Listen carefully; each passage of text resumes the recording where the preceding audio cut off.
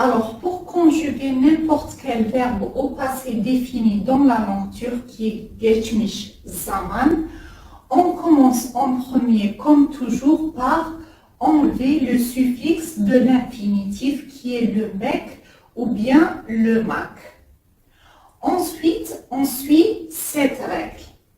Alors, en premier, on prend notre base verbale.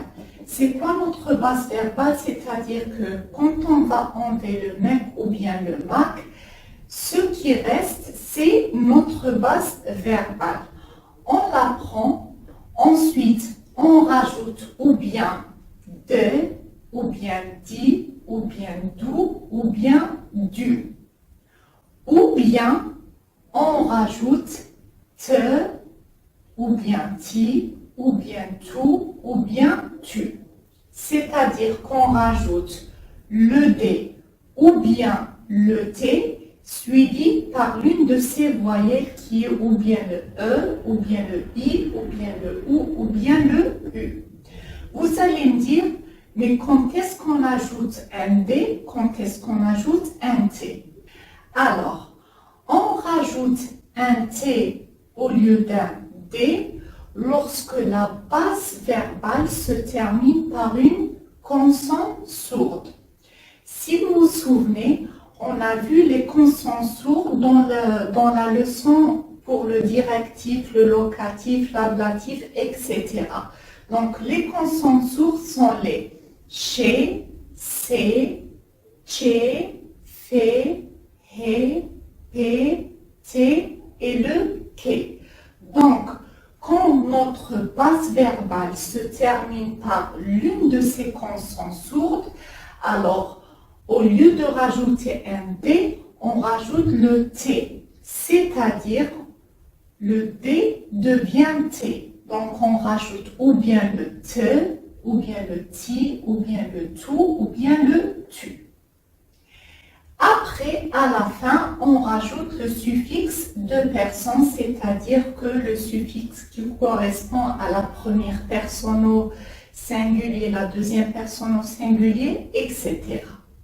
Donc, ici, on va voir aussi la deuxième règle de l'harmonie vocalique, qu'on a vu dans une ancienne vidéo, bien sûr.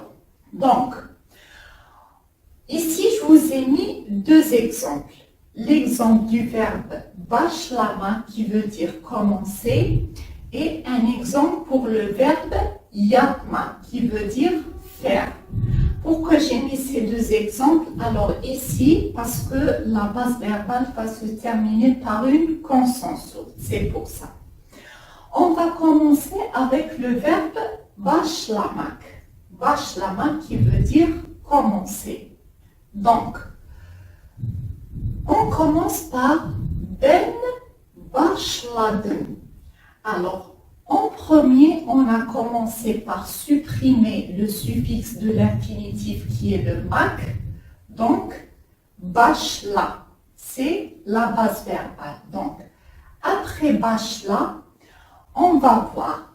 Ici, la base verbale, c'est pas terminé par une consonne sourde. Non. Donc, on va pas appliquer un T. Donc, on va ajouter le D. Ensuite, on va voir laquelle de ces voyelles choisir. Est-ce qu'on va choisir le E, est-ce qu'on va choisir le I, le OU ou bien le U. Ici, on va voir la dernière voyelle de la base verbale. Ici, c'est le A. Donc, on va voir le A. Le A, à quoi il correspond dans la deuxième règle de l'harmonie vocalique? Le A correspond au E. Donc, on va ajouter après le D le E. Je répète, on prend en considération la dernière voyelle de notre base verbale qui est ici le A. Donc, on va voir dans la deuxième règle de l'harmonie vocalique à quoi elle correspond, à quelle voyelle elle correspond. Donc, ici, le A correspond au E.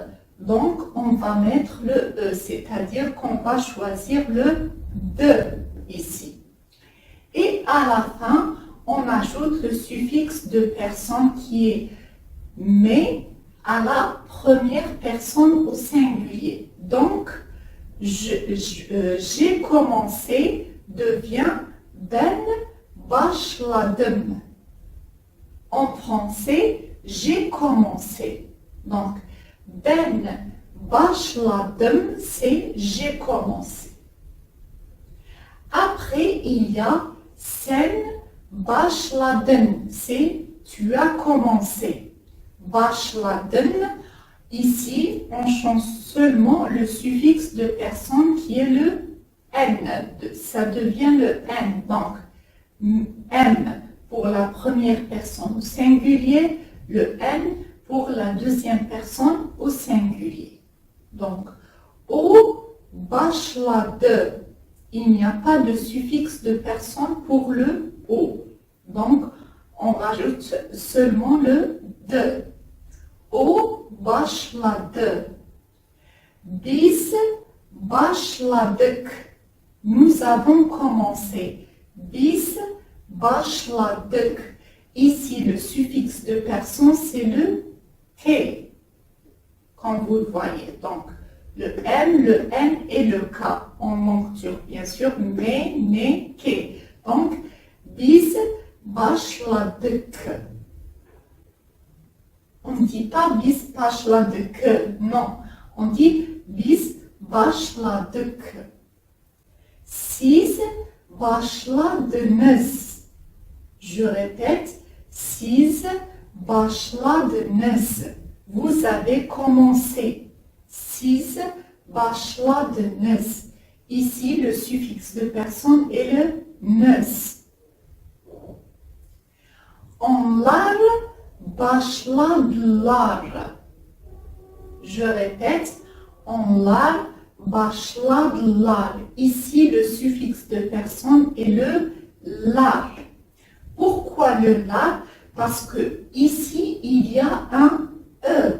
Donc, ici, on a mis le lar. Pourquoi? Ici, on va se référer à la première règle de l'harmonie vocalique, c'est-à-dire ici, parfois, de on lar pour le passé défini, on ajoute ou bien le lar ou bien le lait.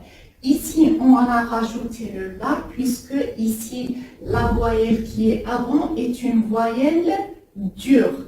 Ici, si vous avez par exemple le i ou bien le u, alors ça devient l'air. Donc ici, on se réfère à la première règle de l'harmonie vocalique. Alors, je répète, on commence en premier par enlever le suffixe de l'infinitif. Ensuite, on va voir la dernière voyelle de notre base verbale, ici qui est le A. Donc, on va voir à quelle voyelle elle correspond dans la deuxième règle de l'harmonie vocalique. Ici, le A correspond au E. Donc, on rajoute le de. Et après, on rajoute les suffixes de personne qui est le M, N. Il n'y a pas pour le O, le K, nus et la.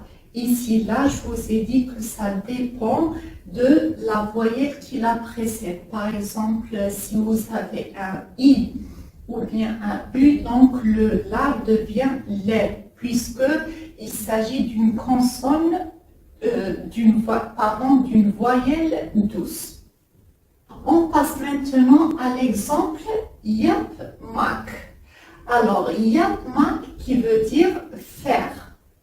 Donc, ici, quand on enlève le suffixe de l'infinitif, il reste la base verbale qui est le yap.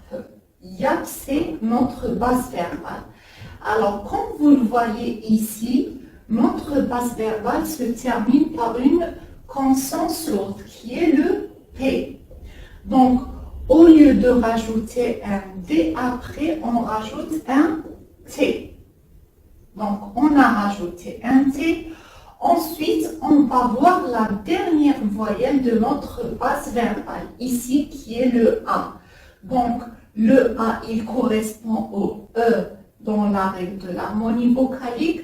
Donc, on va rajouter le E. Donc, En général, on rajoute te. Et à la fin, on rajoute notre suffixe de personne qui est le ben, qui ne change pas ici. Donc, ben yaptım. En français, c'est j'ai fait. Ben yaptım. Sen yaptın. Tu as fait. O yaptı. Donc ici, il n'y a pas de suffixe de personne. Biz yaptık. Siz yaptınız. Onlar yaptılar. Alors ici, comme vous le voyez, il y a toujours le la puisque avant, il y a la voyelle qui est dure. Donc, on rajoute le la. Donc, ben yaptım, sen yaptın, o yaptı, biz yaptık, siz yaptınız, onlar yaptılar. Alors, en général, pour conjuguer un verbe au passé défini dans la langue turque, on commence par enlever le suffixe de l'infinitif qui est le mek ou bien le mak. Après, on rajoute ou bien un D ou bien un T. On rajoute le T quand la base verbale se termine par une consonne sourde, c'est-à-dire ou bien le ché ou bien le C, Tché, Fé, Hé, T, T ou bien le K. Après, on rajoute l'une de ces voyelles qui est ou bien le E, ou bien le I, ou bien le OU, ou bien le U. On l'a choisi par rapport à la deuxième règle de l'harmonie vocalique, c'est-à-dire que la base verbale, on va voir la dernière voyelle de cette base verbale et on va voir à quoi elle correspond dans la deuxième règle de l'harmonie vocalique. Et en dernier, on va rajouter le suffixe de personne. Alors aussi, je voudrais vous faire une petite remarque pour ce qui concerne le suffixe de personne pour le pronom personnel siz. Ici, on a siz, başladınız. Alors ici, il y a nız. Alors ce nız peut varier selon la voyelle que vous choisissez ici avant. Par exemple, pour le verbe okumak, qui veut dire lire. Alors, pour okumak, ça devient siz okudunuz. Alors, ce nız devient nuz. C'est-à-dire que il suit la voyelle qui est avant.